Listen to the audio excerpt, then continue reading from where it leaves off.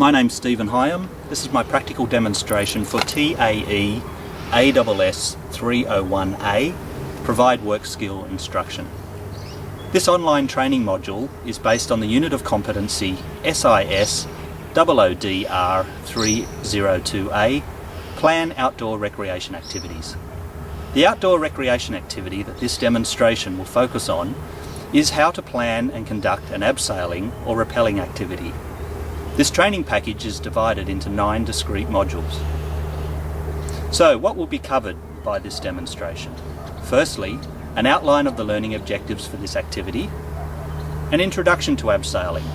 What is abseiling? How does abseiling apply to the workplace? And planning your abseiling activity.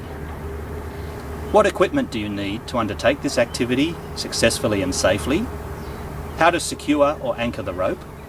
A practical demonstration of how to use the equipment and how to abseil, a summary of key learnings, and finally, a resource list, providing further information and reading.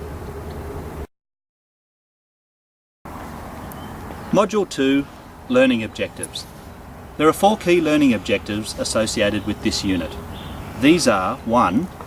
How to plan an outdoor activity, in this instance abseiling or rappelling. 2. Identification of logistical and resourcing requirements for the outdoor activity. That is, what gear do we need and how to use it correctly. 3.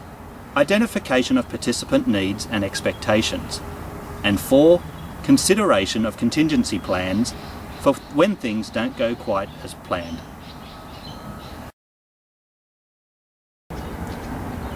Module 3, an introduction to abseiling. What is abseiling? Abseiling is also called rappelling and is the controlled descent down a rock face using a rope. Climbers use this technique when a cliff or slope is too steep and dangerous to descend without protection. How does abseiling apply to the workplace? This unit of competency focuses on abseiling for recreational purposes and is applicable mainly for those people working in an outdoor recreation environment. However, the information presented in this demonstration is also applicable in industrial occupations like maintenance, construction, inspection and welding when areas are difficult to access through other means such as scaffolding.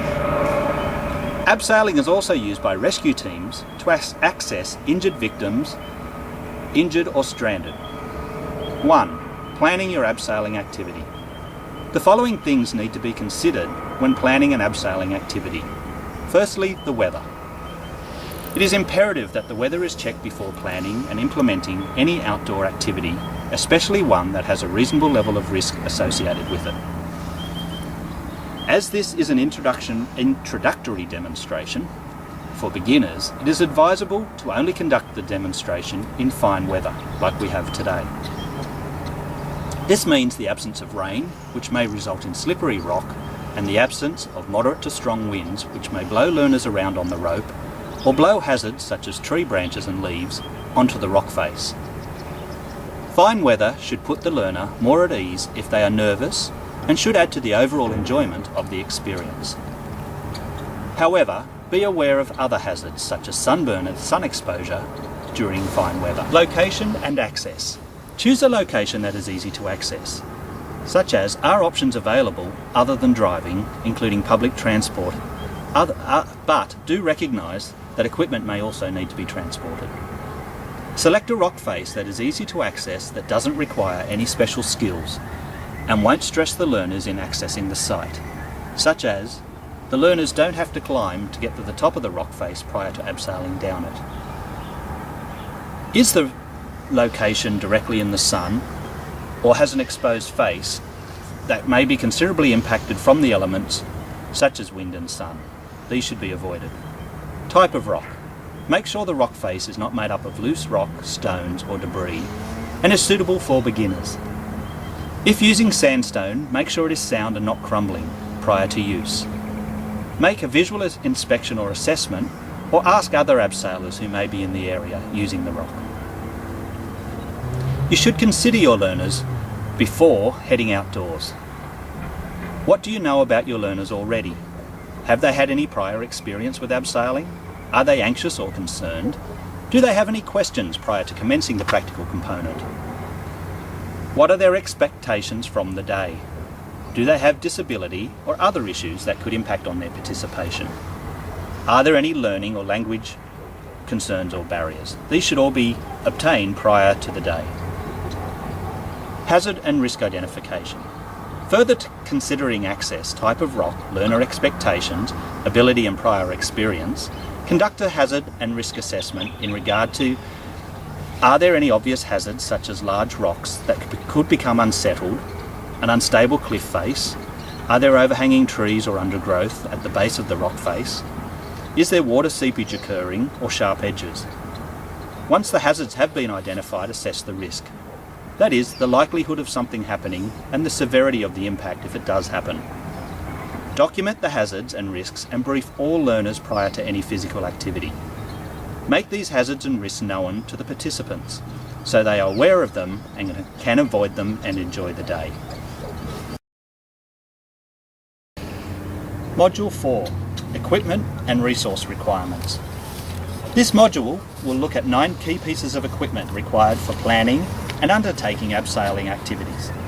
It will look at the climbing rope, the harness, helmets, climbing shoes, belay devices, carabiners, slings and tape, protective matting, and other personal protective equipment.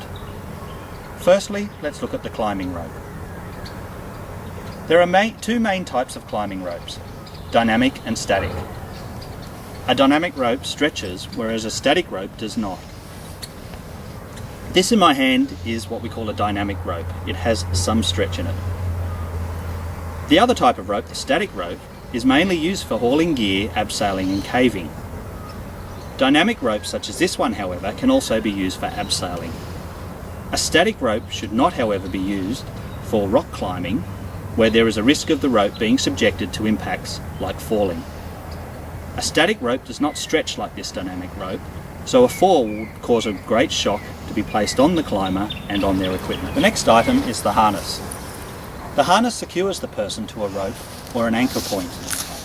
A sit harness such as this one is the most common type of harness used in abseiling and consists of a waist belt and 2 leg loops, which are normally connected in the front of the hips through a permanent webbing loop called a belay loop. The next piece of equipment is the helmet. The climbing helmet is a piece of safety equipment that primarily protects the skull against falling debris such as rocks or drop pieces of other climbing equipment and other impact forces that may occur during a fall. Climbing shoes. Specifically designed footwear is usually worn for abseiling and rock climbing.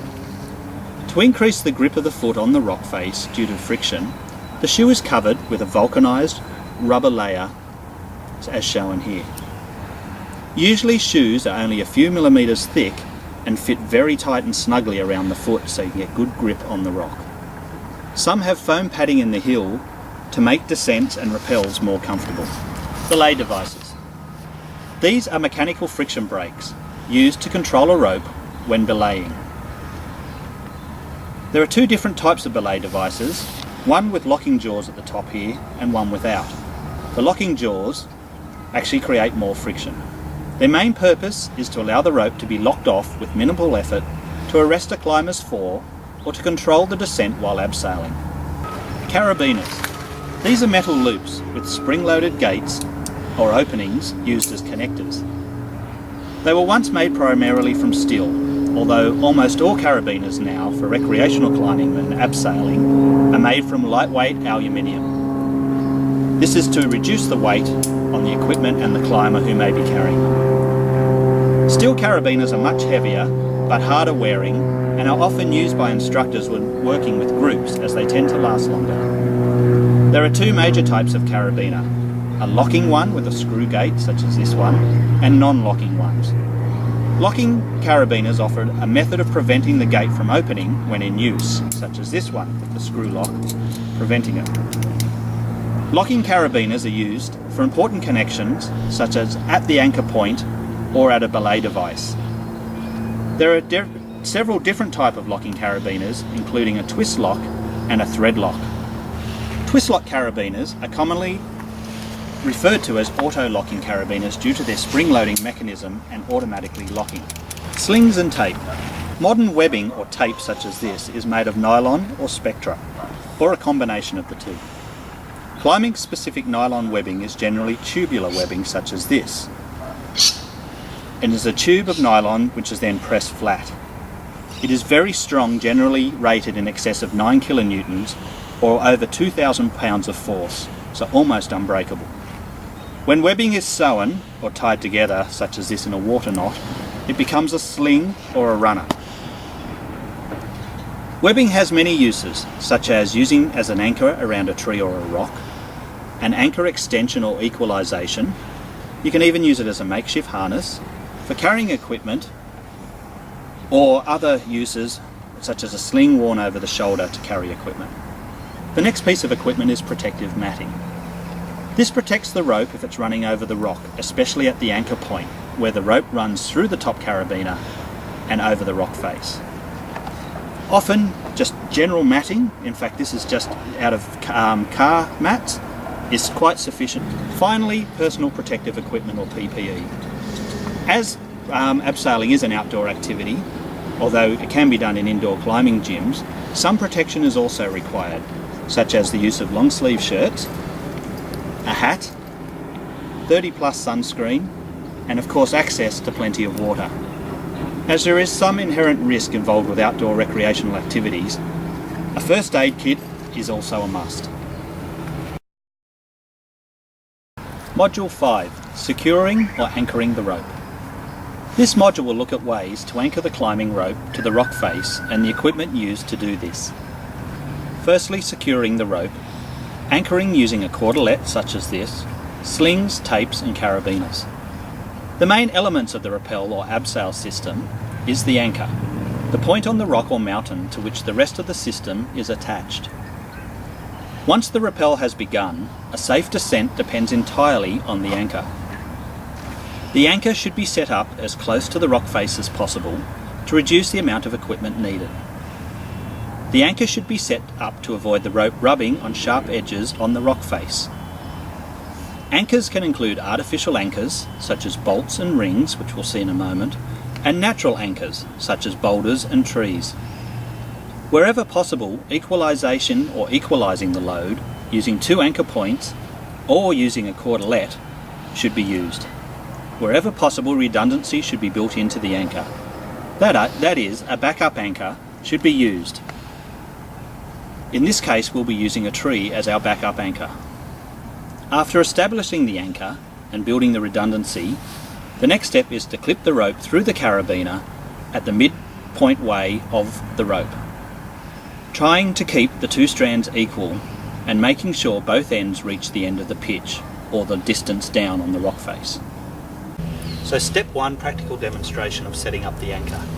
In this instance, we'll be using primarily a bolted ring that's already placed in the rock by previous climbers, and as a backup and redundancy that we spoke about earlier, we'll be using this tree. While it's not big, it's still a backup and will still be there in case it's needed. We're going to use this cordelette. What it does, it actually spreads the load over 3 very thick ropes I should say. Often too, if you had more than 1 ring, you would actually spread the load and equalise the pressure, but in this case we've only got 1 ring and we'll be also equalising the pressure using this tree. See here we've got screw gate carabiners that I mentioned about earlier, which will lock them in and prevent, once they're around the loop, will prevent that from coming undone. So in this case, let's put that one around the ring, build in some redundancy by having 2 more, and then make sure you lock off that gate, and now it cannot be opened. Check all 3, screw that over, cannot be opened.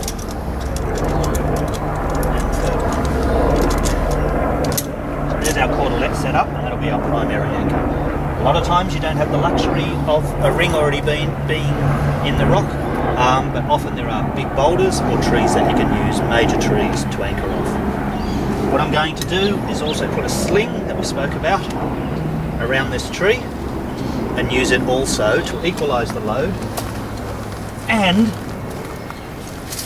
as a backup if the ring were to fail.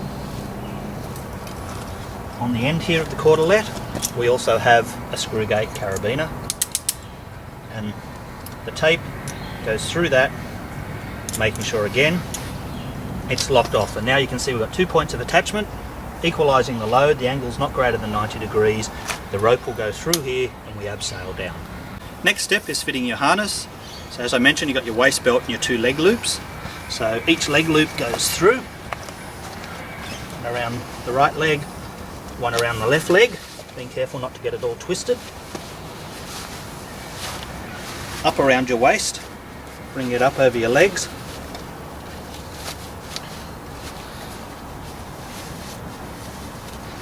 Now, you can see that's fairly loose, so we need to tighten this up using these straps. It doesn't have to be overly tight, you won't slip out of it. It has to be firm. And your leg loops should be pre-adjusted. Now, to make sure that you're not going to come out or this won't come undone, at the moment you can see that this ring here is like an O. O stands for open. So at the moment that's open, which means it could potentially, even so that's strong, it could come undone. What we do is we thread this back through, like this, which actually locks it closed, and you can see instead of an O, it's now a C, C for closed. So that's a great way to remember it. So make sure this one's closed, and as you can see it is, it's a C, it's not the O, and same with this one.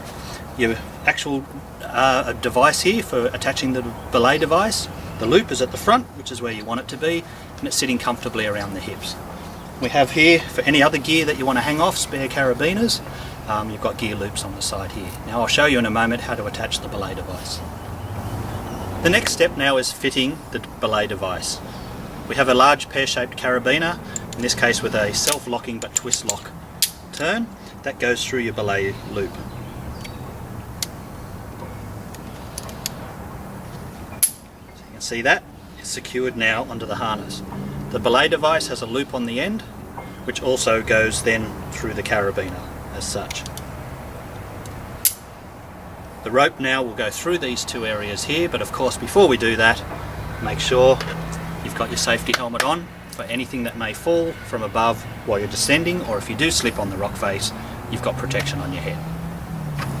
Okay, so we've got our helmet on, we've got the harness on, we've closed off all the buckles, and we've got our belay device on, and we've set the anchor up, built-in redundancy, and equalise any force on the rope.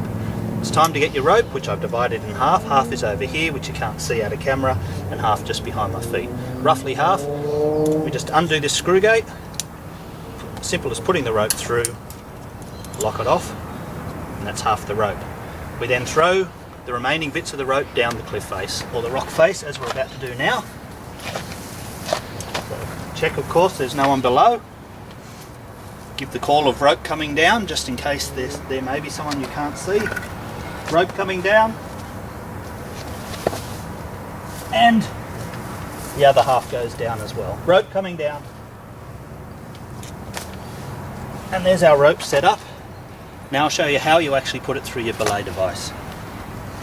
So we're still on a firm platform here. Sorry, the other thing I'll show before we do that is the matting I spoke about earlier to prevent any rope rubbing on the rock. We just put it underneath like that. It just stops the rope cutting on the rock. So we're still on a stable platform up here. We've got our 2 ends of the half where the ropes come through. We have 2 loops on the belay device. Okay, now it's time to fit the rope through the belay device, and it's as simple as getting your 2 ends, just forming a loop, and they go through those two loops there in the belay device as such. One through there, one through there. Now the key to this, of course, is your locking carabiner. It's as simple as twisting it open, threading it through both loops and the belay loop. You can see there it locks itself off. Now we're on the rope. Okay, so the 3 main elements. Got the anchor, got our rope, through the belay device locked off at the moment for all the friction, and the third one is actually the abseil, the fun part. Okay, so we slowly step back, letting the rope go through the belay device very slowly. Careful not to slip on the mat, watching your feet, leaning back. The more perpendicular you are to the rock, the better it'll stop your feet from slipping out from under you. Slowly step back, and step back. And down we go. Just slowly easing the rope through the belay device, which is acting as a friction brake here. Hand on the front here.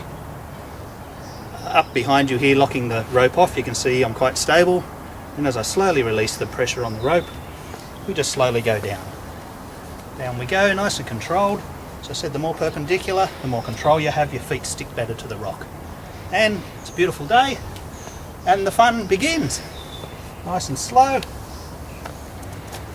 No rope burn on your hands because we're just slowly easing it through.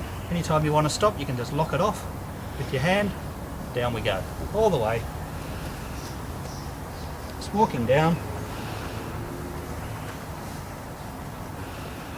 Walking down. Nearing the bottom, make sure that you're all clear.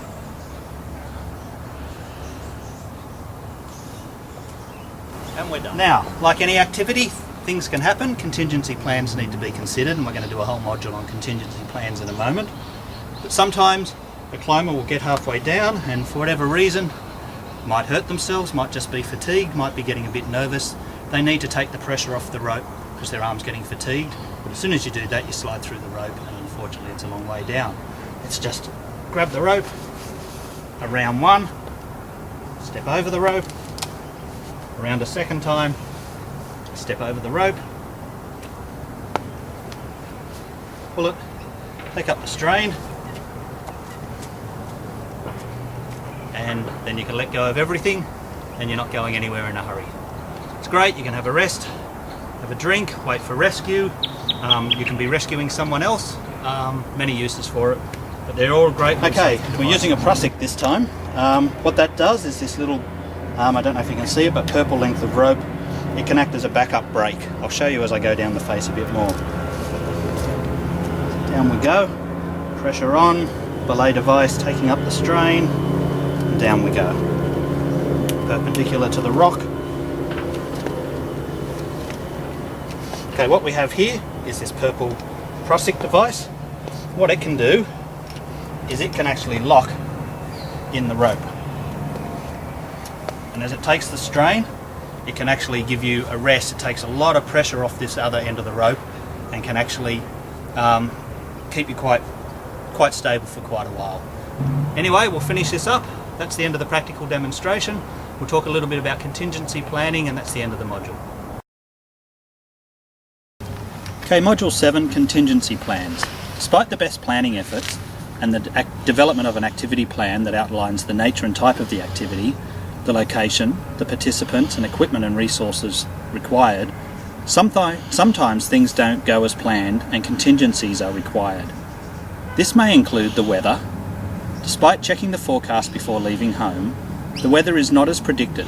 This may require the cancellation of the activity, or decreasing the time spent on the activity, or bringing along extra equipment such as warm and weatherproof clothing. Other contingencies to consider are equipment failure. Spare equipment should be brought along, such as spare rope, carabiners, slings, spare harnesses, extra helmets, extra climbing shoes in case on inspection they are deemed unsafe or may break. Participants.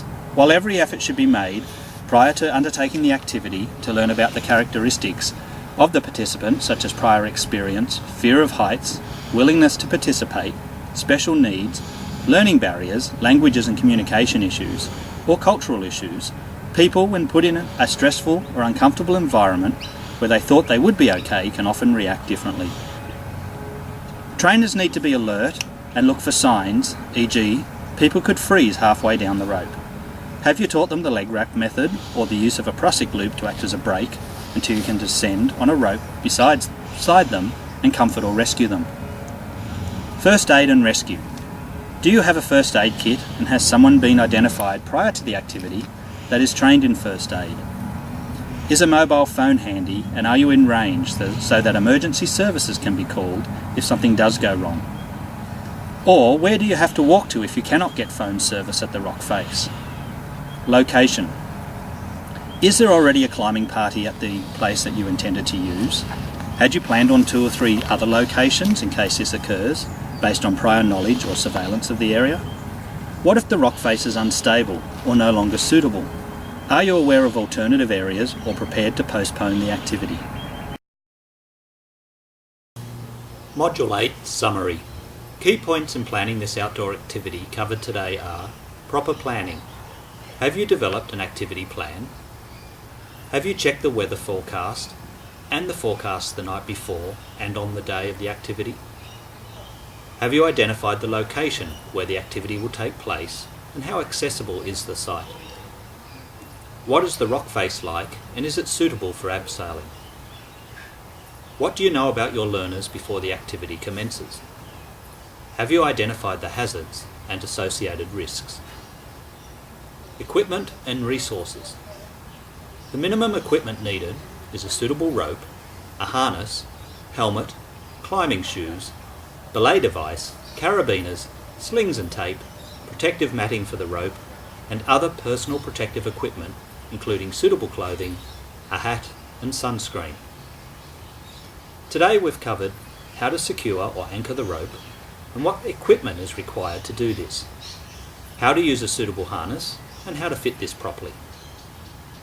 Attaching and using a belay device to act as a brake and to control the descent. How to safely complete a rappel or an abseil. How to safely stop and rest midway down the rope if needed using the leg wrap technique and the use of a Prusik loop. Contingency planning. If things don't go as planned, you need to consider the weather, especially if it's not as forecast. Equipment failure and the use of spare equipment. Participant experience and unexpected behaviour. First aid and rescue, what to do and where to go for help. And finally, location. What if the access is blocked or there is a problem with the rock face that you've chosen? Module 9 Resources. In preparing this online training resource, the following resources were referenced as displayed on the screen.